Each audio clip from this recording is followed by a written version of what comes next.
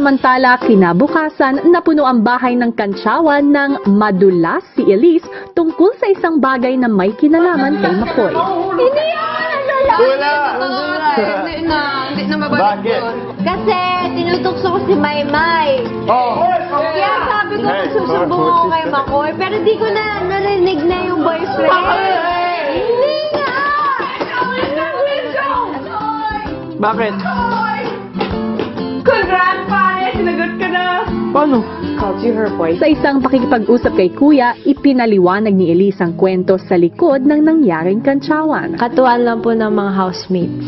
Kasi nga, pinagtutulungan ako ni Maymay tsaka ni Edward. Tapos biglang, ang nasa isip ko po, hanap ako ng kakampi ko. So, tinawag ko po si Makoy, Kuya. Kaso, bago ko po pala tawagin si Makoy, sinabi po ni Jinri na tawagin ko daw po yung boyfriend ko po.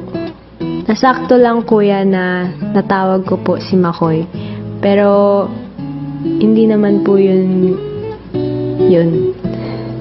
They're like, call your boyfriend. She was like, Makoy! Makoy! Oh. Ano pong date ngayon para Bakit? kung malaman natin kung kailan po yung anniversary nila. Ba't natawag? Kasi si Edward. Ganito kasi. Makoy, hindi kami kikwento ako sa'yo dito. Puka, pre. Yan, lang kita sa pinakamagandang balita. Kasi, sabi ni Jinri, She was like, Maymay, take care of your boyfriend, Edward. He won't let me eat the chips. And then, I said, oh, call your boyfriend then. She said, Makoy!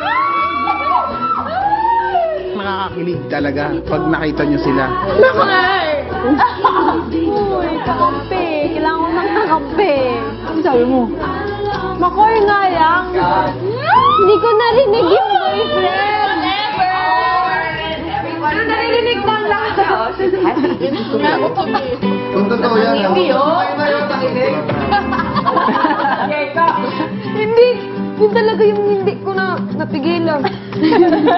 Ang lambing pa, pre. Sabi nga, sino boyfriend mo? Makoy! Koy! Dito sa Lapense.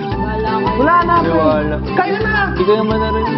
Sinabi nga, 12:45 and 32 seconds, pare. Lubo ka na eh. Chips ka pa rin. Ayan na. Nako, possessive boyfriend.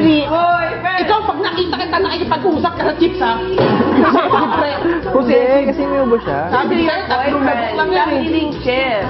O, di ako ganun. You're not free anymore. Pag naging kami na, di ako ganun. Can't just Pag naging kayo, hindi ka magiging possessive. Ano lang?